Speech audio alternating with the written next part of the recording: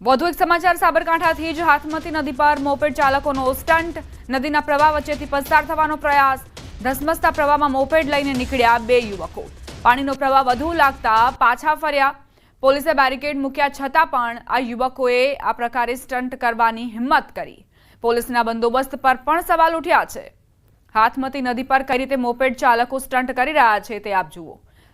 સંવાદદાતા ઈશાન જોડાયેલા છે। ઈશાન, આજે વિડીયો અમે જોઈ રહ્યા છીએ, બે યુવકોએ આ ધસમસતા પાણીના પ્રવાહમાં બાઇક નાખી છે, શું વિગત? દીપા, ચોક્કસ આ વિડીયો સોશિયલ મીડિયામાં વાયરલ થયો હતો। ખાસ કરીને જે હાથમતી નદી અત્યારે રાત્રિ દરમિયાન જે ગુહા જળાશય અને હાથમતી જળાશય ઓવરફ્લો થયો હતો તેના કારણે હાથમતી નદીમાં 3000થી લઈને 7000 ક્યુસેક જેટલું પાણી વહી રહ્યું છે। ત્યારે જે મહિતાપુરા જે કોઝવે છે, કોઝવે ઉપરથી બે મોપેડ ચાલકો પાણીના ધસમસતા પ્રવાહમાંથી બહાર નીકળી રહ્યા હતા। નોંધનીય છે કે જે વધુ પાણીના કારણે તેમને પેલા મોઢે પરત પાછું ફરવું પડ્યું હતું, પરંતુ જે પોલીસ દ્વારા જે બેરિકેડ મૂકવામાં આવ્યા છે, બેરિકેડ મૂકવામાં આવ્યા છતાં પણ આ લોકો અંદર કઈ રીતે ઘૂસ્યા તે પણ એક સવાલ ઉભો થયો છે કે ખાસ કરીને તે પોલીસ બંદોબસ્ત મૂકવામાં આવ્યો હતો, પરંતુ આ બે મોપેડ ચાલકો અંદર ઘૂસ્યા એ પણ એક સવાલ છે। અને જો વરસાદી પાણીમાં જો પાછા ફર્યા ન હોત તો આ મોટી પણ હોનારત સર્જાઈ શકે તેવી શક્યતા તો વર્તાઈ રહી છે। જી, આભાર ઈશાન જાણકારી આપવા માટે।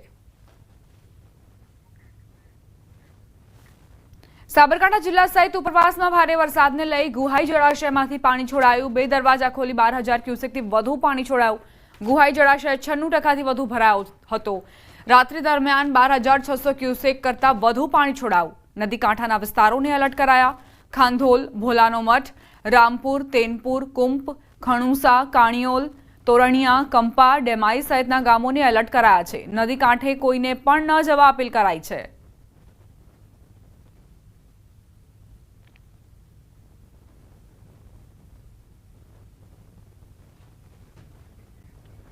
સાબરકાંઠા જિલ્લાના ઉપરવાસમાં ભારે વરસાદ, ગુહાઈ જળાશય 95%થી વધુ ભરાયો। ગુહાઈ ડેમમાંથી 12600 ક્યુસેકથી વધુ પાણી છોડાયું। નદી કાંઠાના વિસ્તારોને એલર્ટ કરાયા। ખાંધોલ, ભોલાનો મઠ, રામપુર, કરણપુર, કોંપ, ખણુસા, કાણિયોલ, તોરણિયા, કંપા, ડેમાઈ સહિતના ગામડાઓને એલર્ટ કરાયા। નદી કાંઠે કોઈને પણ ન જવા માટે અપીલ કરાઈ છે।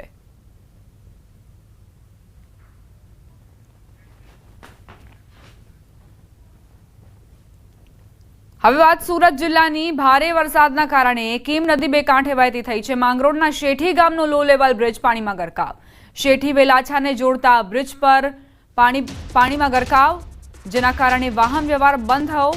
ગઈકાલે ઉમરપાડા તાલુકામાં ધોધમાર વરસાદ વરસ્યો હતો। ભારે વરસાદના પગલે કીમ નદીમાં ભારે પાણીની આવક થઈ છે। સતત વરસાદી માહોલના કારણે કીમ નદીમાં સતત પાણીની આવક વધી રહી છે। બીજી તરફ જે બ્રિજ હતો તે પણ પાણીમાં ગરકાવ થતા વાહન વ્યવહાર ઠપ થયો છે। ઉમરપાડા તાલુકામાં ધોધમાર વરસાદ ખાબક્યો છે, જે બાદ આ પરેશાનીઓનો સામનો નાગરિકો કરી રહ્યા છે। સંવાદદાતા કેતન જોડાઈ ગયા છે વધુ જાણકારી સાથે। કેતન, શું સ્થિતિ કીમ નદીની?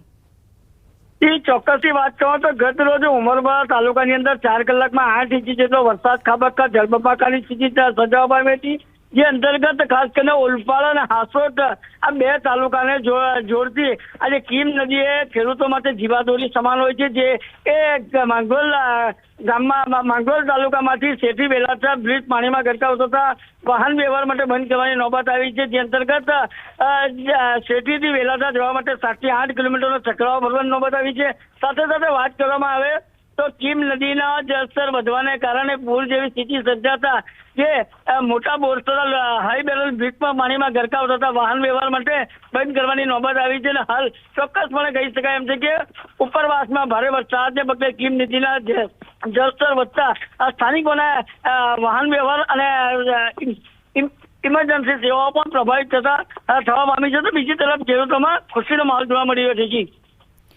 આભાર કેતન જાણકારી આપવા માટે।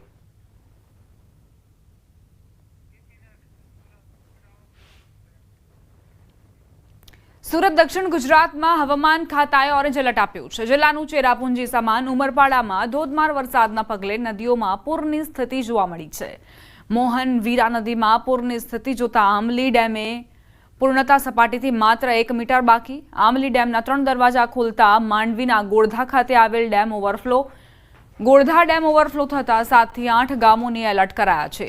ગોરધા ડેમ ઓવરફ્લો થતાં નયનરમ્ય દ્રશ્યો સર્જાયા.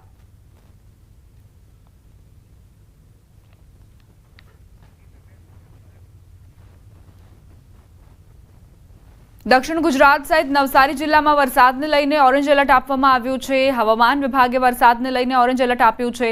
આગાહી વચ્ચે નવસારી જિલ્લામાં વહેલી સવારથી જ પવન સાથે ધોધમાર વરસાદ ખાબક્યો. નવસારીના ગણદેવી, ચીખલી તેમજ વાંસદા તાલુકામાં ભારે પવન સાથે ધોધમાર વરસાદ. ભારે પવન સાથે વરસાદના કારણે વાહન ચાલકો મુશ્કેલીમાં મુકાયા. આહવા, ડાંગ સહિત ભારે વરસાદના કારણે જિલ્લાની અંબિકા અને કાવેરી નદીમાં પાણીની આવક થઈ છે.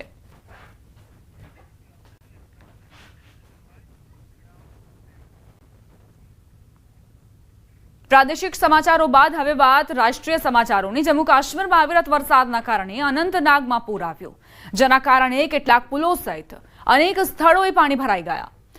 આશાજીપોરા ખાતેનો જૂનો પુલ ખરાબ રીતે નુકસાન પામ્યો, જેના કારણે વિસ્તારના લોકોને અસુવિધા થઈ રહી છે અને પાણી પુરવઠા પર પણ અસર પડી રહી છે. જમ્મુ કાશ્મીરના અનંતનાગમાં પૂરના કારણે સ્થાનિકો પરેશાન થયા છે. આશાજીપોરા ખાતેના જૂના પુલને નુકસાન પહોંચ્યું છે.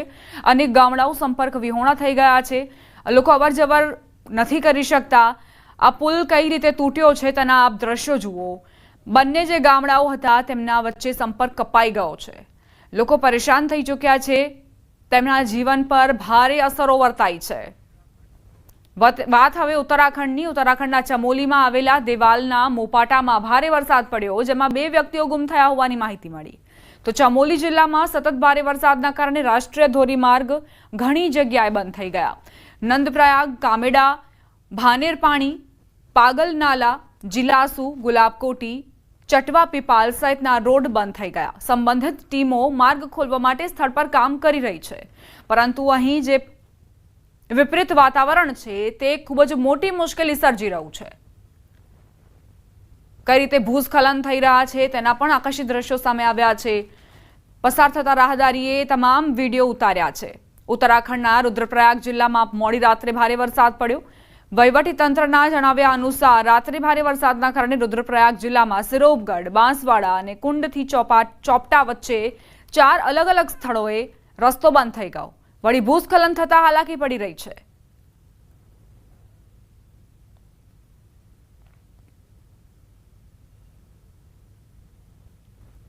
ઉત્તરાખંડમાં થયેલા ભારે વરસાદ તેમજ ભૂસ્ખલનના કારણે જનજીવન પ્રભાવિત. રુદ્રપ્રયાગના બાસુકેદાર, બડેથ, તાલજમાનમાં વાદળ ફાટ્યું. અહીં કેટલીક જગ્યાએ ઢોર દટાયા હોવાની પણ માહિતી મળી રહી છે. જોકે આમાં સંપત્તિનું નુકસાન થયું હોવાનું પણ સામે નથી આવ્યું.